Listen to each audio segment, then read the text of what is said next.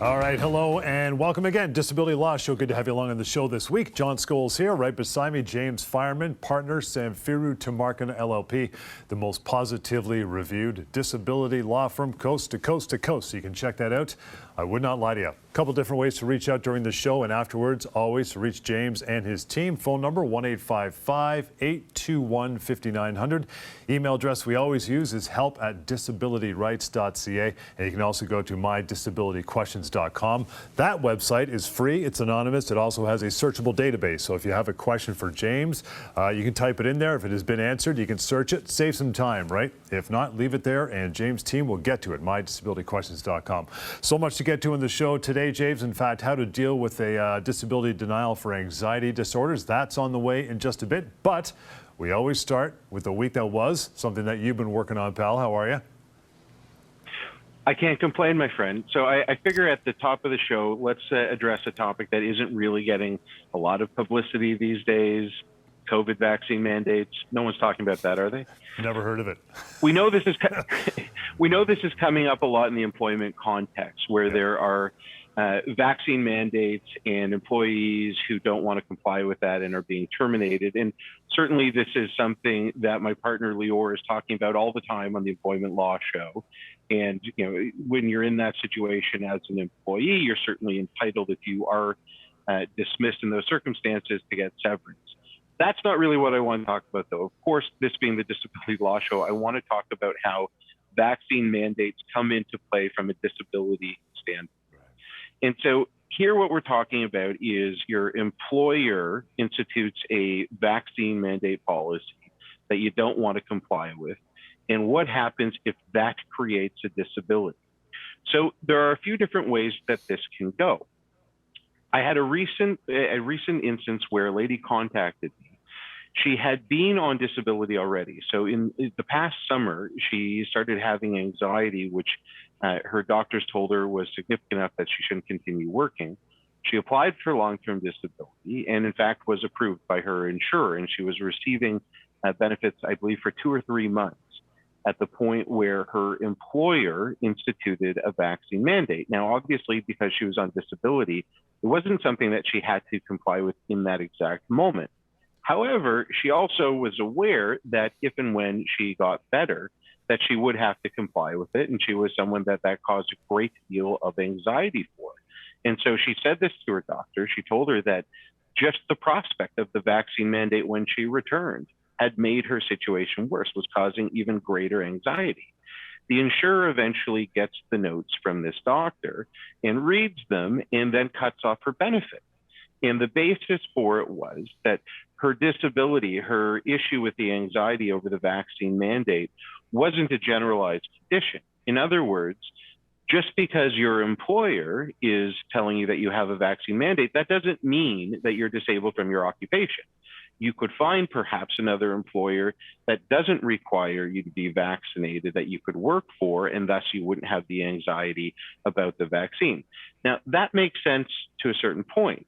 But in this particular situation, the problem the insurer has is that they had already established that this lady was qualified and entitled to receive benefits before the vaccine mandate ever came into effect.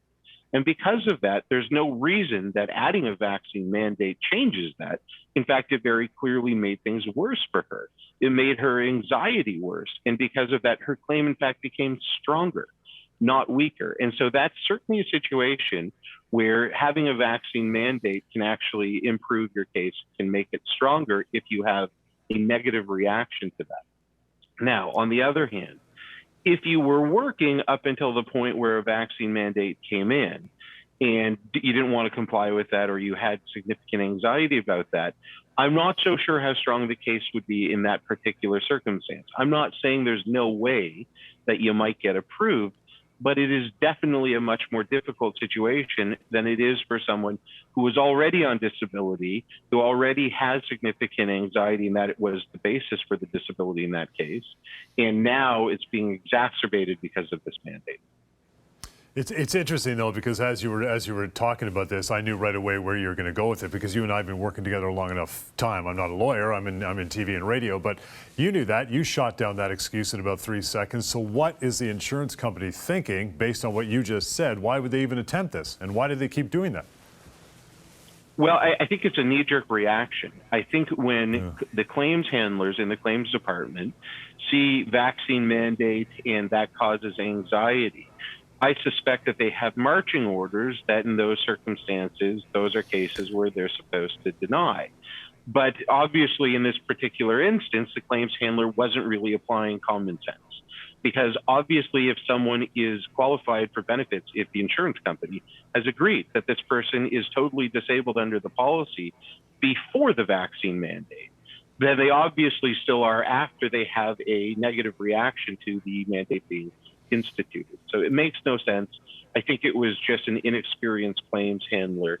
I will tell you that, I don't see this type of situation a lot, other than the inexperience factor.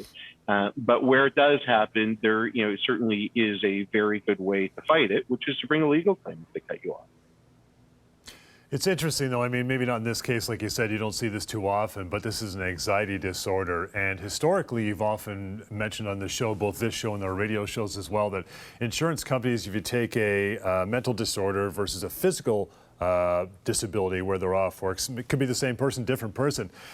You've often said that insurance companies kind of like to play a little fast and loose when it comes to mental disabilities rather than physical ones, because you can't see it on an x-ray.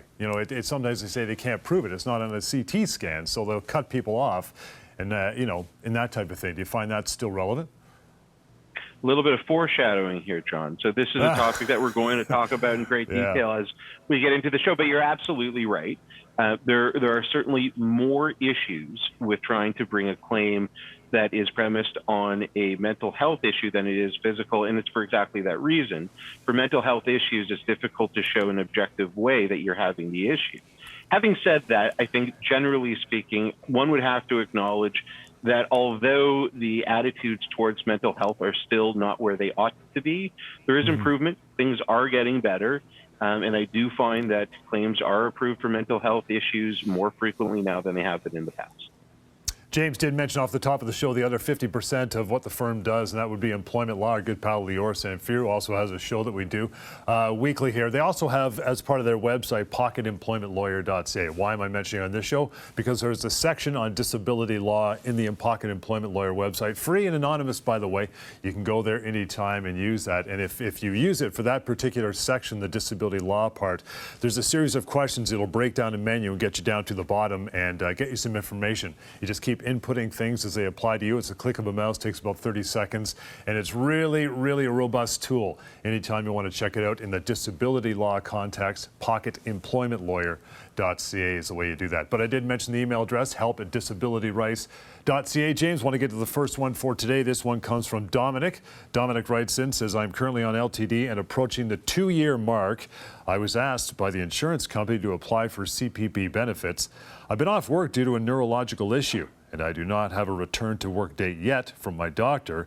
Is the insurer trying to forego paying my benefits and passing off responsibility to the government? Do I have to apply? Well, the answer, Dominic, is yes to all of the above. Yeah, your insurer is trying to avoid making payments, but unfortunately, you really do have to apply. Now, when I say you have to apply, certainly no one's going to come to your house and hold a gun to your head and say, apply now. But from a practical perspective, there would be no sense in not applying. The only results that can happen are positive for you. And let me explain that by backing up a little bit. Let's talk about what CPP disability is. So if you have been paying into the Canada Pension Plan, and before you turn 65, you become disabled, you're entitled to apply for CPP disability. That is a benefit that is controlled by the federal government under the CPP plan.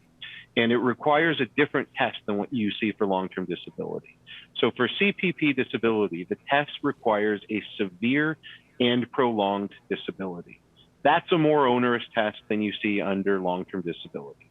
Now, the reason why you have to apply for it is because in virtually every policy, you're going to find language that says if you don't apply for CPP disability, Your insurer can assume that you would have applied and you would have been approved, and then can estimate what you would have received in CPP benefits and just deduct that from your monthly payments.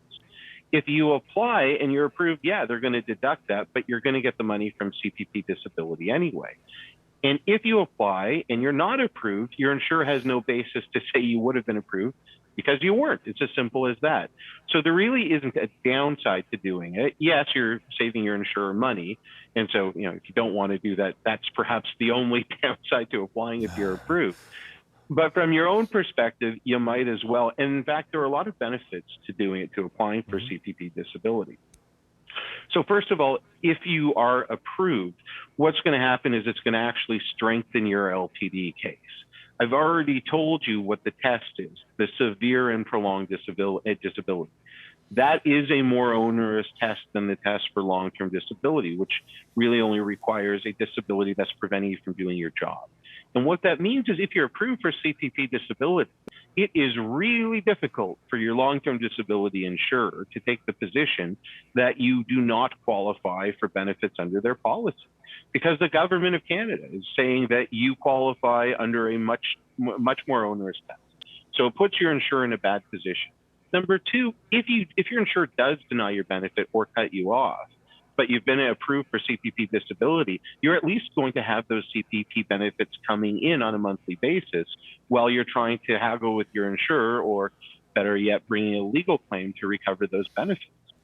The other nice benefit to it, and this is something that we've been told by one of our good friends, Terry Corcoran, is that if you are approved for CPP disability benefits, then that will avoid a reduction in your CPP that you get at age 65. So that's a nice little benefit as well there too. All of which is to say, Dominic, yes, your insurer is trying to save money, but you should apply anyway. There really isn't a downside for it. Dominic, wonderful email. Appreciate you reaching out. You want to reach out by phone as we get into a short break here, 1-855-821-5900. Dealing with a denial for an anxiety disorder. That is coming up. James will fill you in on all the details in that. In the meantime, stick around. MyDisabilityQuestions.com is another outlet. Send us an email and use that phone number anytime. Disability Law Show continues. Stick around. People think you should go to the government to get severance pay. EmploymentLawyer.ca says that is a myth. Government can only help you get minimum severance, but not everything you're entitled to. Always check with the employment lawyer first at EmploymentLawyer.ca. If your long-term disability claim is denied, should you appeal? Appeals often fail because insurance companies control the process. So long as you appeal, you're playing by their rules. You should never appeal the denial of your disability benefits. Appeals are just a mirage of false hope. Don't. That's their process. Take it out of their hands and fight for your rights with our help. Go to disabilityrights.ca. Discover your rights, fight back, and get what you're owed. People think their employer can make changes to their job. EmploymentLawyer.ca says that is a myth. Your employer can't change your pay, hours, or duties. You may be entitled to full severance pay. Always check with the employment lawyer first at EmploymentLawyer.ca.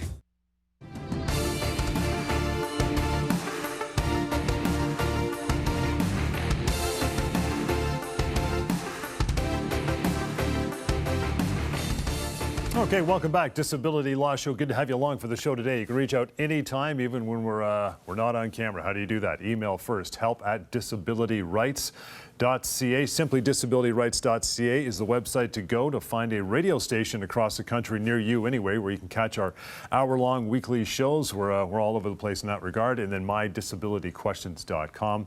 As I mentioned off the top, free and anonymous website. You can ask your questions there. James or a member of his team are all over those all the time. Your question might end up here on the show to ask and inform other people. Then finally, the phone number, right? 1-855-821-5900. But James, topic for today, how to successfully navigate an insurance denial claim for anxiety disorder. You're going to put on your lawyer hat and your doctor hat a little bit here. What is an anxiety disorder, and how do claimants qualify for LTD claims if they have anxiety? Okay, so I think it's very important right off the bat to establish one thing. While I do have a lot of experience dealing with mental health issues from a legal context, I'm quite sure that my 1 year of undergraduate psychology does not qualify me as an expert in mental health disorders generally. So I want to make that very clear off the top. But when we're talking about anxiety disorder, what we're talking about is responding to certain situations or things with fear or dread.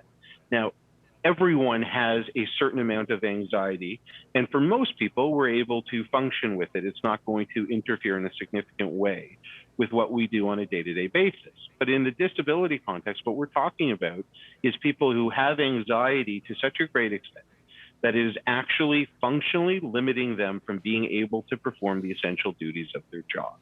And so if that is your situation, then it's something that you need to speak with your doctor about. Generally speaking, your first point of contact will be your family doctor.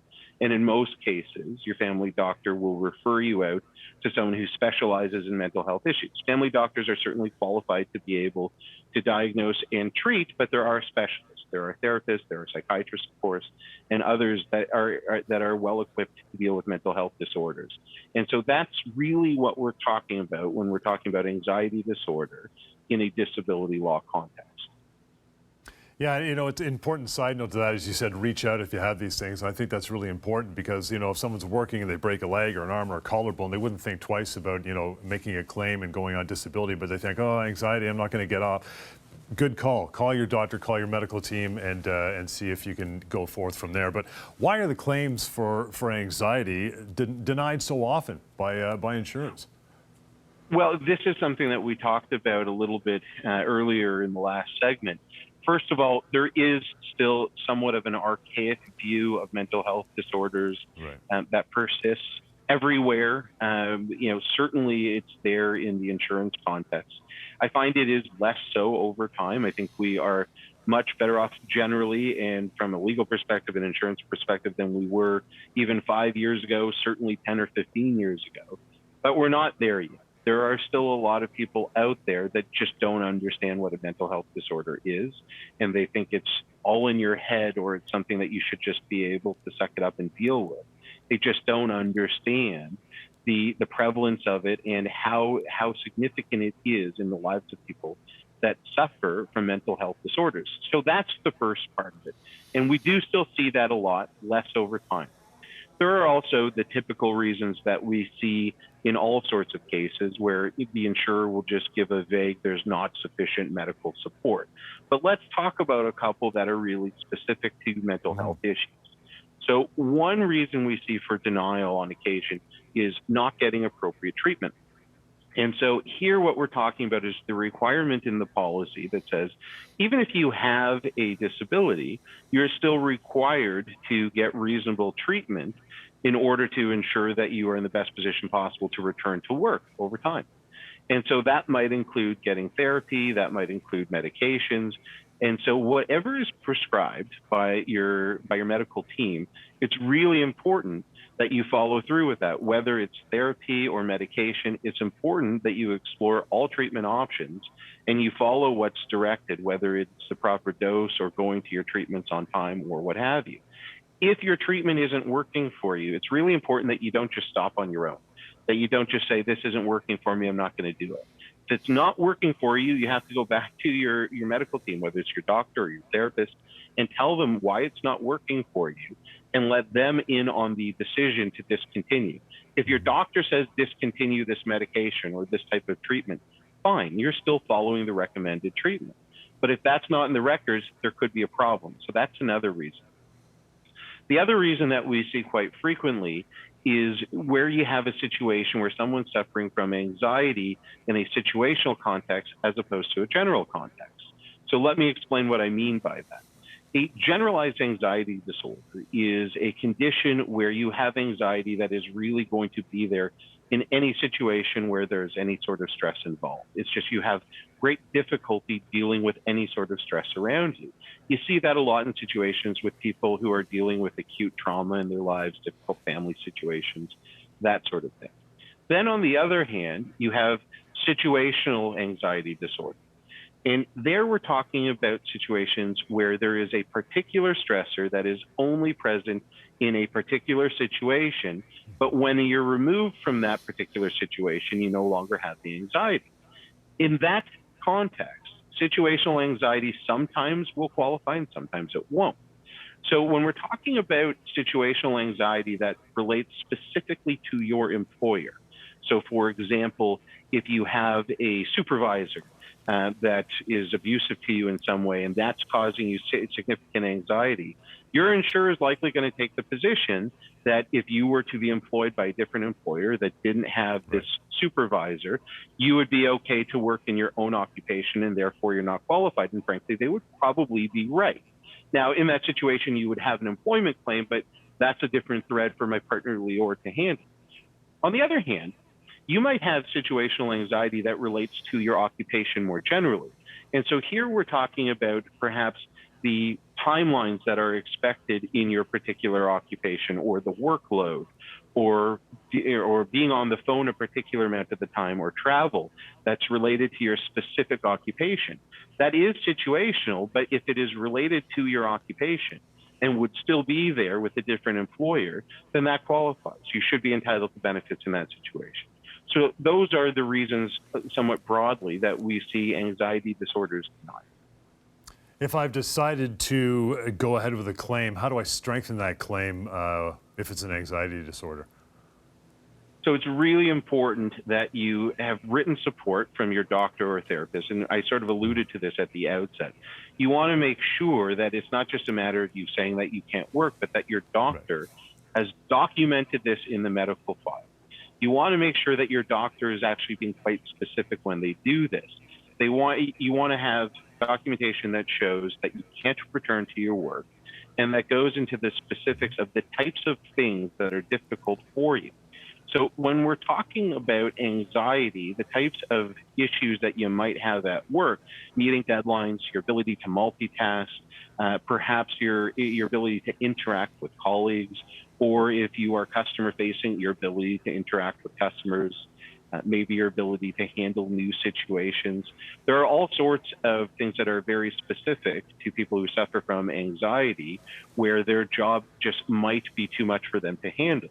It's important, as much as possible, to have your doctor comment on these specific types of responsibilities that are required for your job or your occupation that you're not able to do because of your anxiety disorder. If that is well detailed, it becomes very difficult for your insurer to deny your claim. You also want to make sure. Oh, sorry. Go ahead, John. I was going to move on to the next question, but finish your thought first, for sure. Sure. So you want to make sure that there is also a timeline for reassessment and information about the treatment that you're undergoing and what you're doing to comply with that treatment. Hopefully, if we're talking about a mental health issue, there is discussion about the possibility of medication if that's appropriate, or being referred to a mental health specialist and where you are in that process. It's not necessarily the case that in order to be approved, you have to have already been getting treatment from a psychiatrist or from a clinical psychologist. It is, however, very helpful if you've at least been referred. Sometimes there's a wait list, and that's just a fact of life. And if that happens, so be it. But you want to make sure that the information is there, that the different possibilities for treatment are actively being explored, and that you're following up. Let me finish off with this question, though, then. If my anxiety claim has been denied, can I, or at least when, do I call you and hire James to help me out, disability lawyer? As soon as it's denied. If you get a denial based on an anxiety disorder, you give us a call, and we'll go through what your situation is and what kind of support you have from your doctors. But absolutely give us a call right away and find out whether or not you have a valid. More coming up. I want to go to maybe an email, maybe bounce over to mydisabilityquestions.com. We've got to take a break first. In the meantime, that number, 1-855-821-5900, help@disabilityrights.ca. We'll continue. This is the Disability Law Show. People think contractors aren't owed severance. EmploymentLawyer.ca says that is a myth. Many contractors are actually employees and are entitled to full severance pay. Always check with the employment lawyer first at EmploymentLawyer.ca. How do you force insurance companies to pay long-term disability claims? Insurance companies deny legitimate claims all the time. They're playing the odds. They know that most people are just going to walk away. Your insurer may ignore you, they may even ignore your doctors, but they can't ignore us. We know how insurance companies work. We know their weaknesses. we know how to use the legal process to force them to pay you what you're owed. Go to disabilityrights.ca. Discover your rights, fight back, and get what you're owed. People think you are only owed 2 weeks' pay when you lose your job. EmploymentLawyer.ca says that is a myth. You may be owed much more than 2 weeks per year. Don't settle for less. Always check with the employment lawyer first at EmploymentLawyer.ca.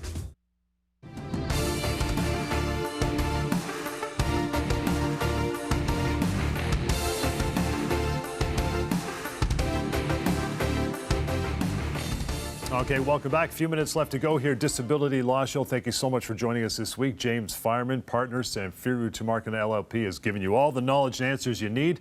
You can reach out anytime, help@disabilityrights.ca. And I did mention another website called mydisabilityquestions.com. Free and anonymous. It's another place for you to ask questions, and that's where we're going to go right now, James. This one from McKenna.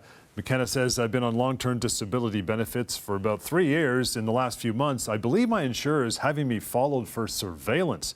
I've noticed the same person in car numerous times, and it feels like I'm constantly being followed. My anxiety goes up every time I leave the house, and my overall mental health has suffered as a result. Is there anything I can do? I worry that even after all this time, they will cut me off. Okay, McKenna, I think first and foremost, and I can't be more emphatic about this, if you think somebody is following you, whether you're on disability or not, call the police. You may well be right. This might just be an investigator hired by your insurer, but they don't tend to hold up signs saying, I'm an insurance investigator. And if you don't know who they are, that's creepy that you have someone following you and potentially dangerous. So report it to the police. Keep safety as your number one priority first and foremost. Number two, and I want to say this more generally, surveillance is really not that big a deal at the end of the day. Most people have an idea that, if there's surveillance on you, automatically your claim is, done and your case is over and there's nothing you can do about it. That's really not true unless you don't have a legitimate claim. If you have a legitimate claim, you should not be worried about surveillance at all. As long as you are being honest and forthright with your doctor and with your insurer about what you are able to do, what your functional abilities are, then whatever the surveillance investigator happens to see you doing is irrelevant.